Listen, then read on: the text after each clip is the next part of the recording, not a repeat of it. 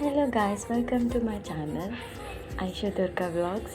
నాకు night time బయటకు వెళ్ళడం అయితే చాలా ఇష్టమండి. అలా మార్కెట్లోకి వెళ్ళాము.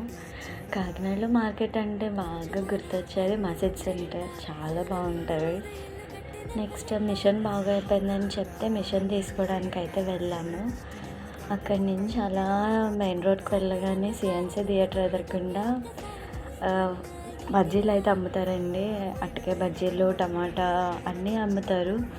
కాకినాడలో ఉండే వాళ్ళకైతే చాలా బాగా తెలుస్తుంది. సిఎన్సీ థియేటర్ ఆపోజిట్లో ఉంటుంది స్టాల్.